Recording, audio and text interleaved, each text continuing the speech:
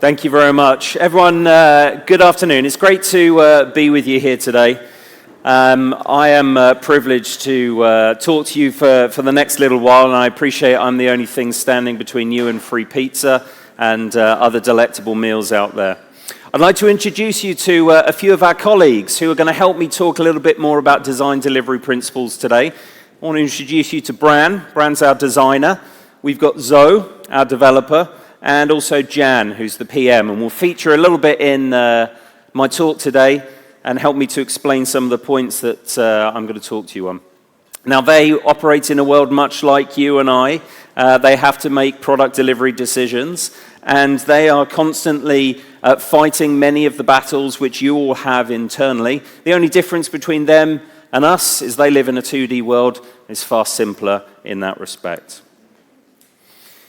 Now, as I said a moment ago, I'm in awe of all of you. I find it a great privilege to meet with design, product, engineering experts like yourself. We have wonderful researchers here who I've met today. I'm not from that background. I'm more from a business and a software background, and so I find it fascinating to learn from you.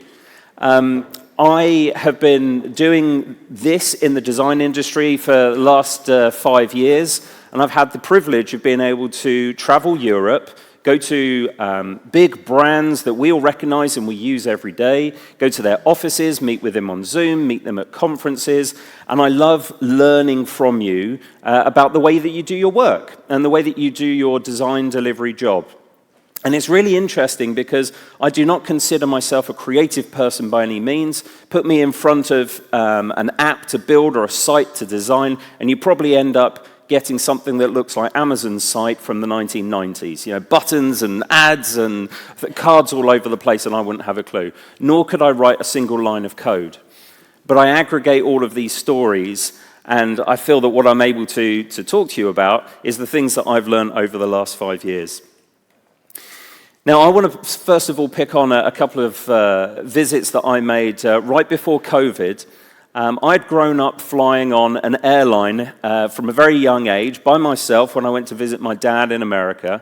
I won't tell you which airline, but I was somewhat of a fanboy of this airline and have been using their airline, their products, their apps, their website for many, many years.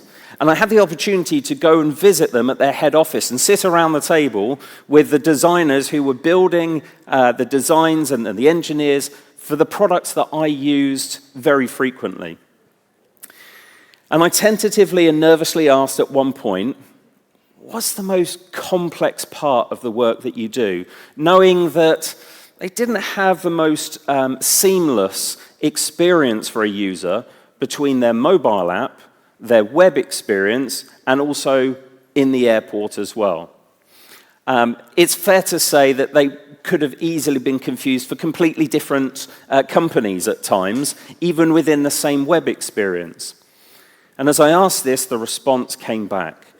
Russ, we have got so many challenges with things outside of our control. The systems we work with are so complex.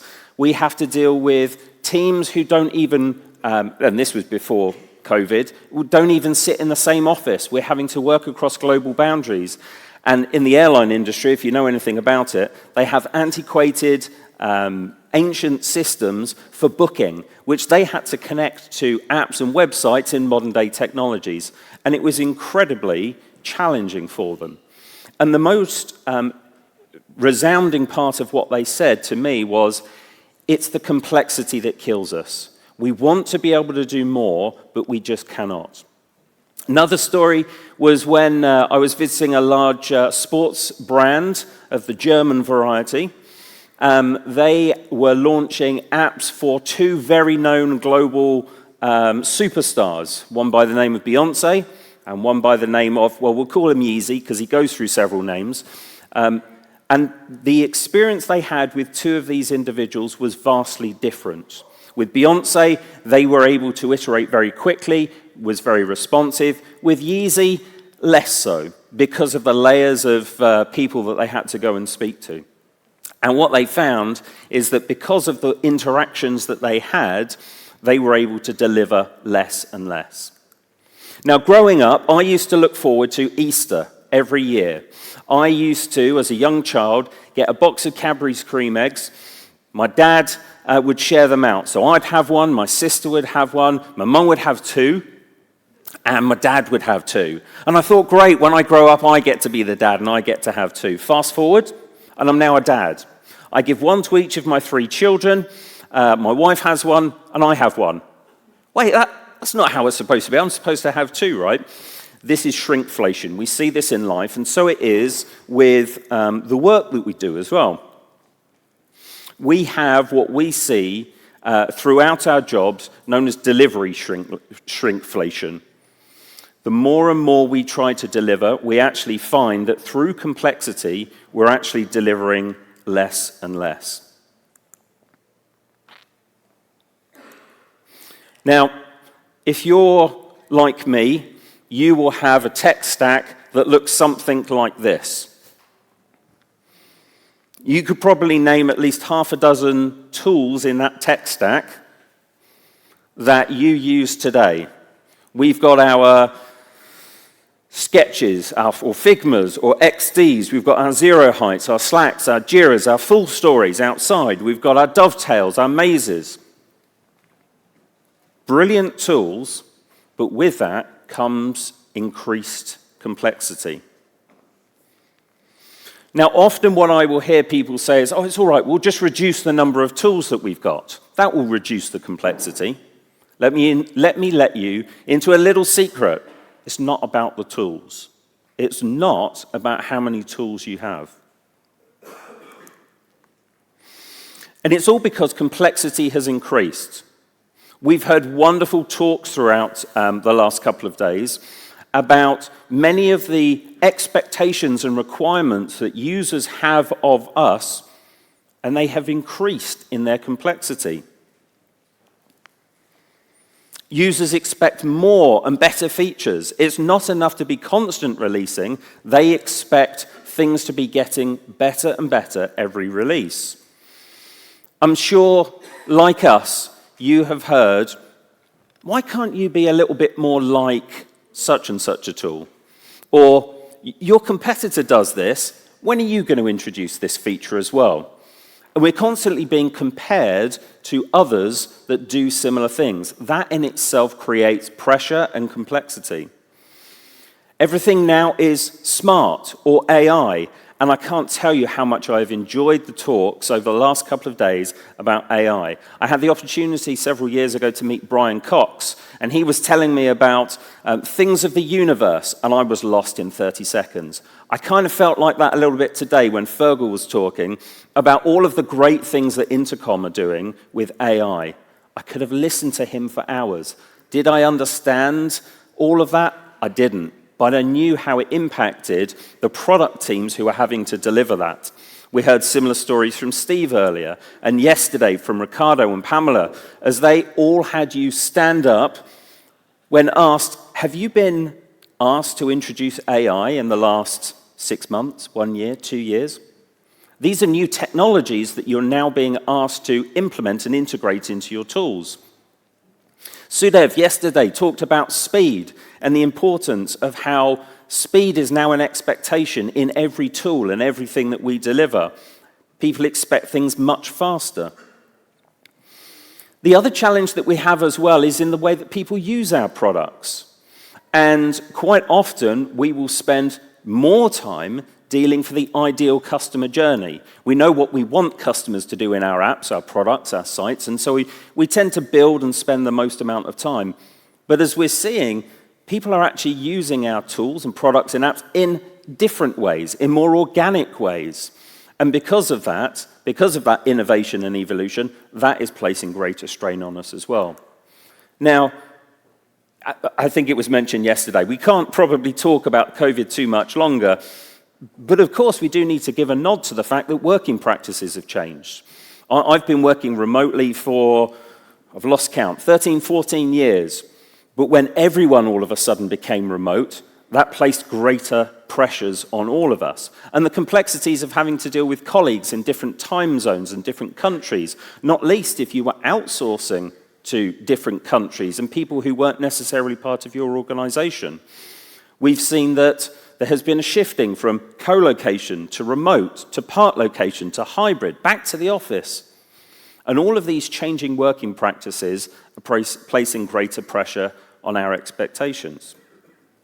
Also, we've got the structure of teams and organizations. Something that I'm hearing a lot more these days, and certainly as people have spoke here whilst we've been at UXDX, is team structures. In the forum session a little bit yesterday, we talked about how team structures are moving more towards a design to dev hybrid combo, where we actually have designers who are somewhat technical and engineers who are actually having a greater input into the design as well. The lines are blurring, and because of these blurred lines and the working practices, complexity is coming around. Now, I'm a big fan of the Doherty threshold principle. Walter Doherty in the 80s was looking at ways of speeding up the ways in which computers were responding and connecting to one another. And what Walter Doherty and his colleague were trying to do was reduce the response time of computers from 2,000 milliseconds, or 2 seconds to you and I, 2,000 milliseconds down to 400 milliseconds. And anything that they were able to achieve that exceeded that, or bettered the 400 milliseconds, was said to exceed the Doherty threshold principle. And that now, in our world of UX, is clearly stated that the Doherty threshold suggests that productivity soars when people interact at a pace that is ensuring that neither has to wait on one another. So that is the goal of what we're going to try and do, is identify ways in which we can implement the Doherty threshold in your working practices. This will in turn reduce the pain of the complexity that you see in your work. Now,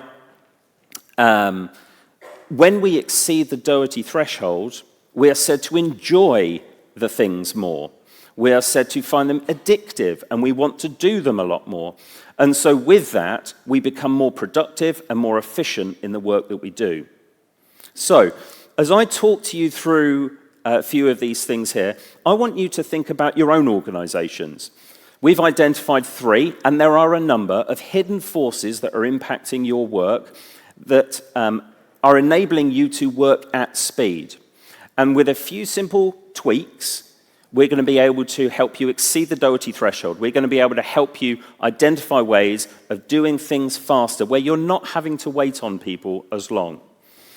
These 3 things are understanding design, intent, and requirements. Second one, changes and approvals. And the third one is measuring adoption in production. So as I'm talking here, perhaps you rate these in your mind. Good, bad, and ugly, 1 to 10, maybe in a time scale. How can you reduce some of these things? Hidden force number 1, understanding design, intent, and requirements. It doesn't matter how fast you are able to design something. If someone then needs to understand the work that you're doing and that you're handing to them, and they don't, this will typically require greater clarification. And you'll all know this. You will perhaps spend far much more time in design review meetings, Slack messages, emails, conversations to clarify the things that you thought were quite simple. Or worse yet, you're having to invest more time than just doing the design work in making it clear for other people. You can get this down to 40 minutes. And this is because we have analyzed hundreds of companies across the world who are struggling with these exact challenges. And the way in which we can reduce the time it takes to clarify this design intent and requirements is by organizing your work in a standardized way. I've had the opportunity to talk to so many people just today and yesterday who have confirmed that this is a pain for them. That because the designs are organized according to your own preferences, and people receiving designs do not have that organization, they struggle. Additional clarity is required. And there is wasted time going back and forth in understanding what is actually meant. And worse yet, if they don't understand what is meant and they need to start working, sometimes what happens, they go and implement the wrong thing. We saw this at Microsoft a few years ago, and I won't tell you what release it was, but they had a major product launch for one of their products where the developers implemented the wrong design work and requirements because they didn't have clarity. And it was actually fairly well publicized as well. It cost the company 1.5 million. Now, I'm sure for Microsoft that was small change, but 1.5 million is a heck of a lot of money in my world. Standardizing your designs and organizing those in a structured way. And a significant part of that is making sure that you separate the in-progress design work from the finalized, ready-to-build designs. Principle number one. Principle number two, changes and approvals. When a design piece of work is done, is it really done? The reality is we know it's not. The design work is done, but we know that quite often something needs to be reviewed and approved, and there are changes and iterations. It might be that it needs to go to other stakeholders, to product managers, to legal. This review will undoubtedly result in tweaks and changes, which may not be huge, but the first iteration of a design is rarely the last. And so the hidden force here that we want to highlight is that through the analysis we've done, 70 minutes per designer and developer per week is spent going around this iterative cycle. And what we believe is that this can be reduced down to 15 minutes with one very specific thing: tracking changes to shared designs deliberately. Far too often, we leave this to, I've made some changes, go and do it. The person receiving that work doesn't understand what has changed. And so being very intentional and specific about publishing changes and making that information known and aware to the people that are going to change. Now, you're probably sitting here going, Russ, well, yeah, I know all that. That would be great. None of this is rocket science, but this is what we have seen from hundreds and hundreds of companies. The third thing, measuring adoption in production. Now, I loved Rhiannon's presentation just now. Her and I had the opportunity to meet several times and chat over the last previous weeks. And I'm going to take her title of her talk and tweak it slightly for the purpose of what I'm talking about. Innovation without adoption is meaningless. She's talking about features. I'm talking about everything, and design systems as well. 90% of the designers we speak to say that there are differences between what they have designed and what is implemented in production. And it could even be more than that. What you design is just the vision of what the experience will be for the customer. If it is implemented poorly and it gets into the hands of the end user, the production is what they end up experiencing. And we've seen that this measurement of the adoption takes engineers months, not even days or hours. It takes them months to measure what is in production and then work back and see the impact of that in their business. And all of this complexity and lack of visibility results in the dreaded technical debt. The dreaded technical debt then balloons, continues, and the cost of that is huge. Some of you may have heard of the 1-10-100 principle, right? If you catch the bug, the error, the mistake in development, it will cost you the arbitrary $1. If you miss that in development and it's not caught until the QA and the testing phase, it's going to come at 10 times the amount, because what essentially you will have to do is fix it, re-implement it, retest it, and it's become a problem 10 times greater. If it makes it into production, it's 100-fold from that initial problem if you had found it, identified it, and fixed it right up front. And the 1-10-100 problem is real, which is why it's so important that you are measuring what is in production and working backwards to ensure that you can eradicate it earlier on. Now, many of you will know this chap. He's the Jedi Master of Design Systems, of Design Thinking, Brad Frost, the inventor of atomic design, recently published a blog post where he said this, and I love this because it goes to clarify what we think about when we hear design system.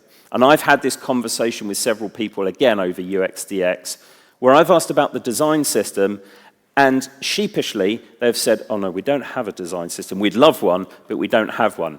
So kind of like Rhiannon was saying earlier, you think you're alone until you hear what everyone else is doing. There are a lot of people who don't have design systems, and it's okay. Because as Brad Frost says here, while a Figma library is super helpful for designer efficiency, and I agree, the true source of truth for a design system is a library of coded components that build real digital products. After all, the only thing that really matters at the end of the day is the actual user experience human beings interact with. What he's saying is that your production code is the source of truth, not your design system. So if you're feeling bad that you don't have a design system, don't worry, you'll get there. And it will be an important step for designer efficiency, but in terms of customer experience, what is in production matters the most. So how do we do this? Measuring the design system usage, and I use that term design system to represent what's in production, measuring that whilst it's in the wild. Component adoption is nearly impossible to achieve if you are not measuring it. By measuring it, you get to avoid wasted time, inconsistent UX. If you're making changes, you can potentially reduce unexpected bugs. You can prevent and reduce customization. And this is one of the biggest challenges we see to a clean and efficient product, app, or website, is customizations. To repeat what Rhiannon said earlier, innovation without adoption is meaningless. So I want to summarize for you again the three things, the three hidden forces. Again, in your mind or on your piece of paper, hopefully you have noted where you are today in these three areas. Understanding design intent and requirements, changes and approvals, measuring adoption in production. There is so much wasted interaction time that we can reduce down that will help us to become more efficient in the complex world in which we're operating. Now, I want to leave you with this one thing. I'm a big reader. I love reading. If you were to only buy one more book for the rest of the year, this would be my recommendation. Essentialism by Greg McKeown. Brilliant author, brilliant writer. He's done a few books. But the principle of essentialism is about reducing all things to the most essential. And he says this, it's not about how to get more things done, it's about how to get the right things done.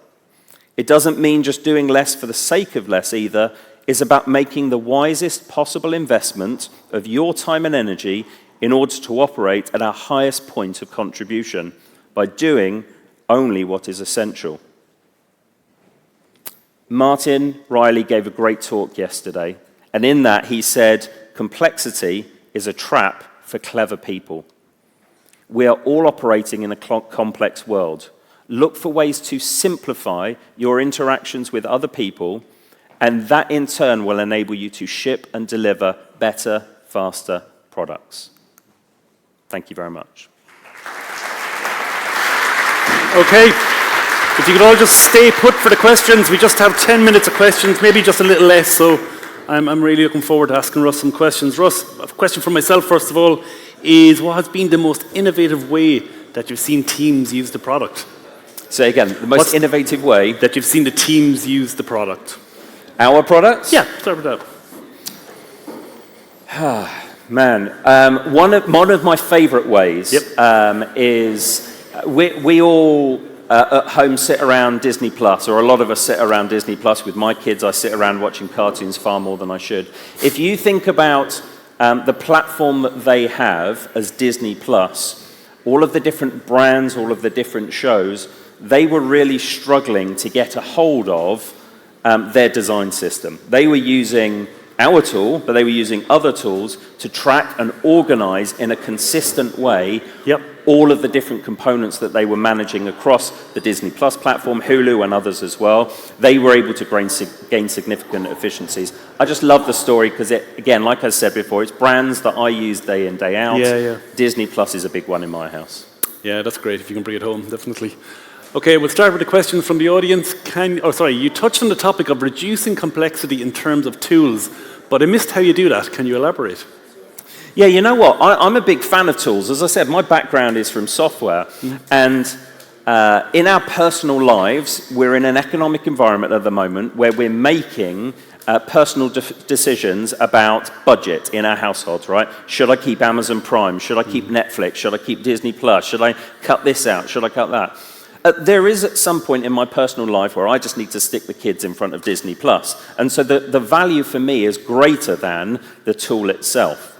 And I talk about this in the micro sense because we're seeing a lot of those decisions being made in the macro world, in your businesses.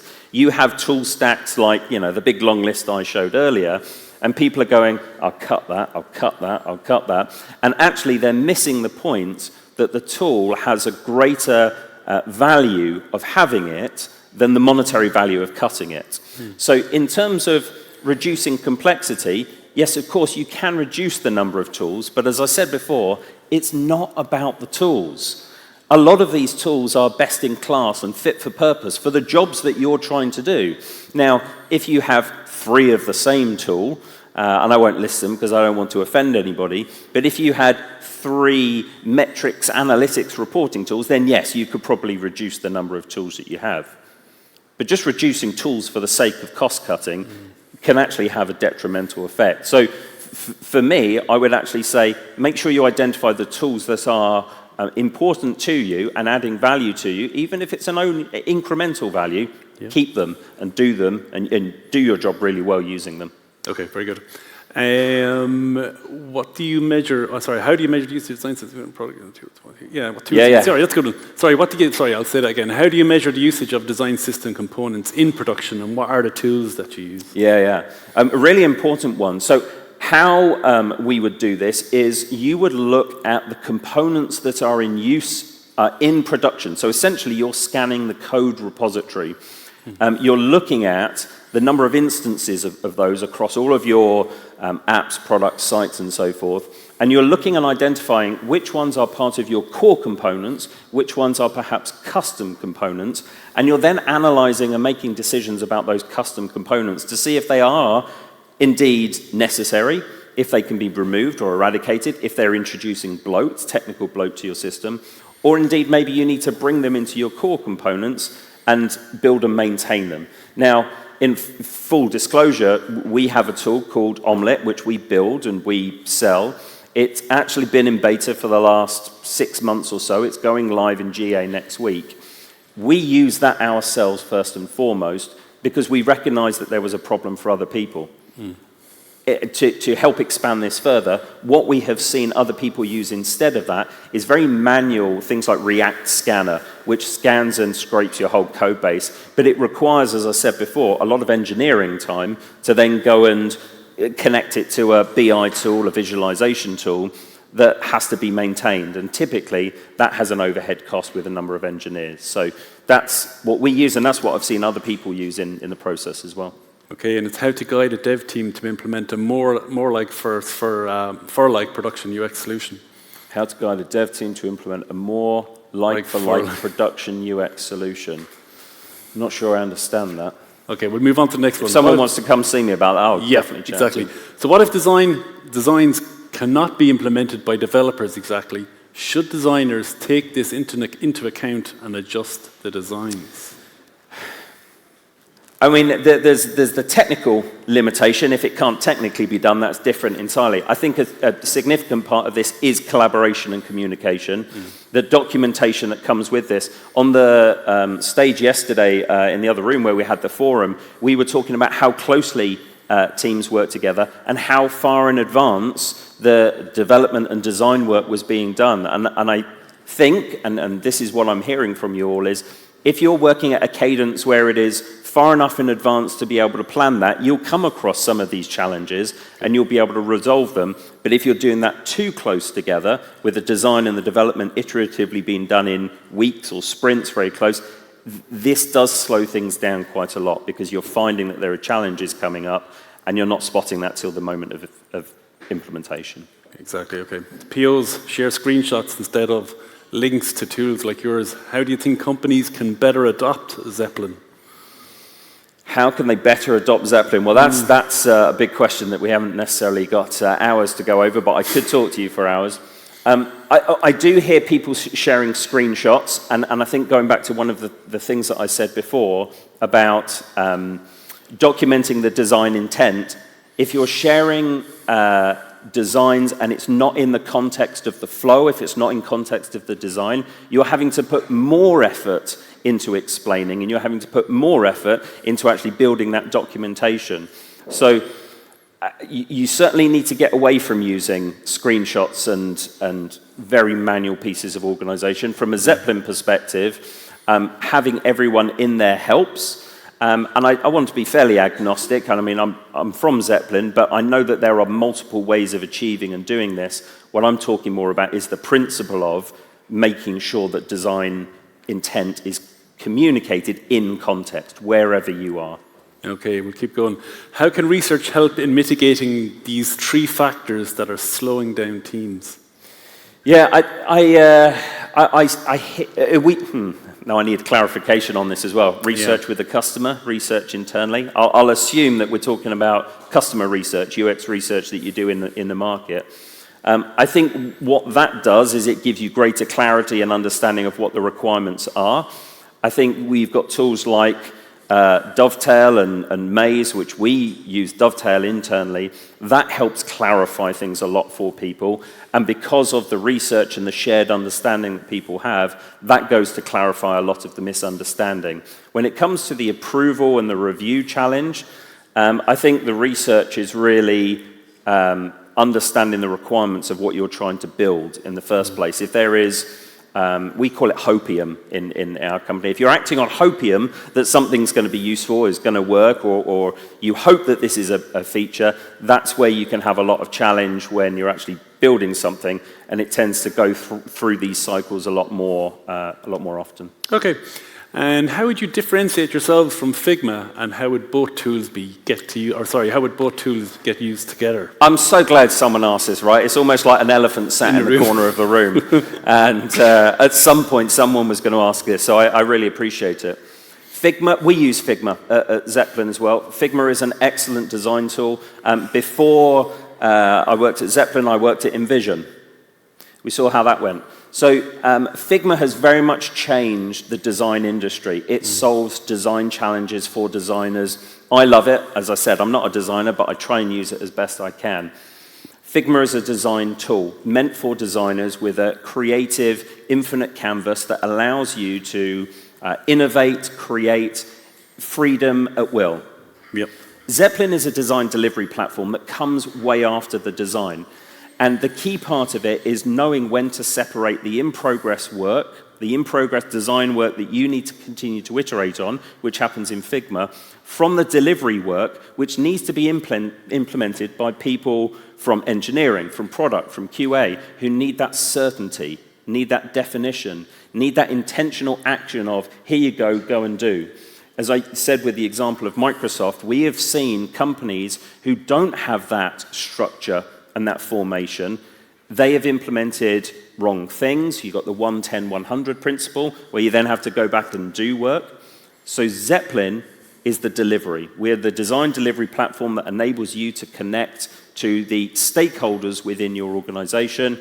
I know that Figma are trying to achieve certain things in that area with dev mode, but they still have the fragility of the infrastructure, which is the infinite canvas and the freedom and the unlocked work. So again, I'm happy to talk to anyone about Zeplin and Figma all day long. Folks have been telling me just over the last couple of days that they still struggle with scaling Figma when it comes to implementation. Design work, love it, great.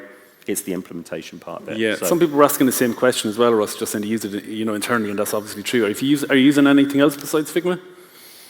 Do we use anything else aside from Figma? Aside, yeah.